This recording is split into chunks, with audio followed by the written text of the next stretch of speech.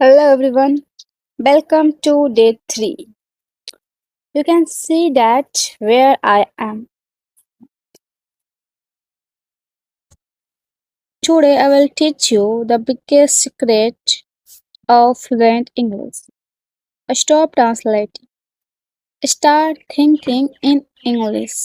When you think in your own language first, your mind becomes slow. But when you think directly in English, your speaking becomes fast and natural. Let's practice with easy example. Don't think. Think in English. I woke up. Don't think. Think. I am getting ready. Don't think. Think I am bringing water. Don't think.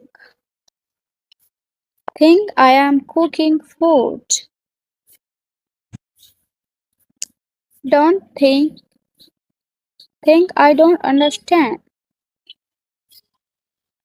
Don't think. Think I need some time. The more you can think in English, the faster you speak.